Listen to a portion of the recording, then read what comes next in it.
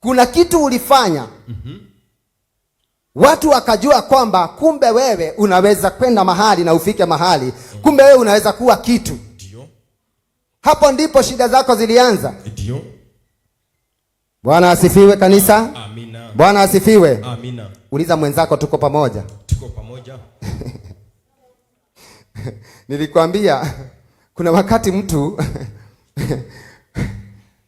kuna wakati mtu huelea. Ndio. Na inafika mahali unaanza kuelewa. Lakini pale mwisho unalewa. Sasa tuko katika hali ya kuelea. Kuelela. Sasa wewe umeanza vitibi. Sasa tuko katika hali ya kuelea. Kuelea, yes. Kwa mfano ukiweka mpira kwenye maji, ndio, inaelea. Inaelea juu. Kwa sasa hivi tunaelea. Ndio. Lakini baada ya muda tutaanza kuelewa. Amen.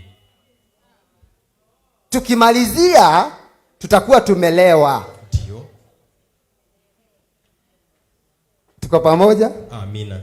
So tukubali tuko katika hali ya tuko katika hali ya hawa ni watu wawili ambao ni marafiki. Kama mimi ni rafiki wa mchungaji Kariuki. Ndio.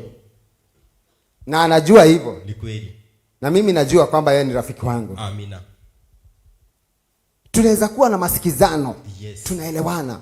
Hiki kitu tutakifanya sisi wawili na hakuna mtu wa tatu atajua. Amina. Hakuna mtu tutakubali afahamu kile kitu ambacho tumepanga. Ndio. Na hapo ndipo unaona kwamba watu wakiwa na siri na wakianza kitu chao, kuna kitu kinaweza fanikiwa kwa sababu ya kuweka siri. Ndio.